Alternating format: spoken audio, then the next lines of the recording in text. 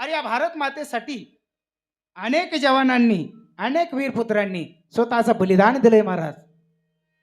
एका तिरंग्या झेंड्यासाठी आपलं बलिदान देणारे हजारो लाखो तरुण या भारत देशामध्ये आपल्याला पाहायला भेटतात महाराज. पण तोच असणारा तरुण सीमेवरती लढत असताना महाराज त्याच्या पाठीमागं परिवार असतो महाराज. पण परिवाराचा विचार न करता रात्रंदिवस डोळ्यामध्ये तो असणारा तेल घालून देश संरक्षणासाठी, भारत मातेची सेवा करण्यासाठी तो जवान उभा असतो ना महाराज.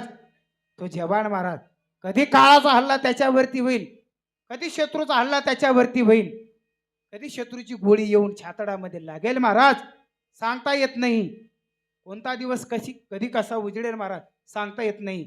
तुम्ही आम्ही आज या धर्ममंडपामध्ये कथा कीर्तन भजन करतो महाराज. आज जर ते सीमेवरती नसले महाराज आपण भजन कीर्तन करणार नाही. रात्रीतून होत्याच नव्हता आपला व्हायला वेळ लागणार नाही महाराज. पण खरोखरच आपल्या देशाचे जवान या देशासाठी, या स्वातंत्र्यासाठी सर्व असणारे हुतात्म्यांनी जे बलिदान दिले ते बलिदान अगदी वाखाणण्याजोगे, ते कायम स्मरणात आणण्याजोगे महाराज. कायम त्यांचं स्मरण आम्हाला व्हायला पाहिजे. त्यांची आठवण आम्हाला दिवसातून एकदा तरी झाली पाहिजे. काय असतं महाराज ते जवानांचं आयुष्य काय असतं महाराज, धारातीर्थी पडतात महाराज. आणि धारातीर्थी पडल्याच्या नंतर त्यांचे उद्गार असतात महाराज. हे गुजरने वाली हवा. अनेक अनेक असणारे महाराज त्या जवानाच्या जीवनामध्ये प्रसंग असतात. आता एक 12-13 दिवस झाले घडलेला प्रसंग आहे महाराज. सातारा जिल्ह्यातला असणारा तो तरुण, सातारा जिल्ह्यातला तो सिद्धार्थ जाधव नावाचा तरुण महाराज, आपली असणारी मंडळी आता काही क्षणामध्ये आपल्या मुलाची आई होणार आहे. त्या मुलाचं मुखकमल आपण पाहावं या हेतूने त्यांनी असणाऱ्या सुट्ट्या घेतल्या महाराज. जावं आपण तिच्यापाशी, या प्रसंगामध्ये आपण तिच्या सोबत राहिलं पाहिजे. सुट्टी घेऊन निघतोय महाराज. पण काळाने असा घाला घातला महाराज, हो त्याचं नव्हतं केलं महाराज. प्रवासादरम्यानच ॲक्सिडेंट झाला महाराज. आणि तो असणारा तरुण, तो असणारा आमचा फौजी वीरगतीला प्राप्त झाला महाराज. काय प्रसंग असेल महाराज, कल्पना करा. अरे तो गेल्यानंतर अगदी 2 ते 3 तासामध्ये चिमुकलीना जन्म दिला महाराज, छोटीशी मुलगी. काय प्रसंग असेल महाराज. शेवट तिची अंत्ययात्रा निघती. बघा तुम्ही ती काय प्रसंग आहे. अंत्ययात्रा गावामध्ये येते. हॉस्पिटलमध्ये धर्मपत्नी छोट्याशा बाळाला जन्म दिलेला आहे. बाळापणाचे वेदना आहे महाराज. कोणाच्या जीवनामध्ये असा प्रसंग घडू नये महाराज.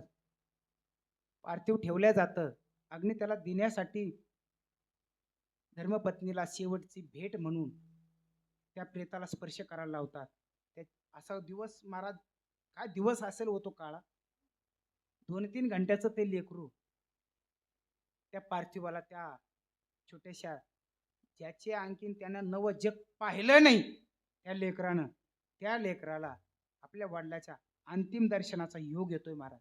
त्यापेक्षा दुर्दैव काय असेल महाराज. काटा येतो महाराज, डोळ्यात पाणी येतं तो प्रसंग पाहिल्याच्या नंतर.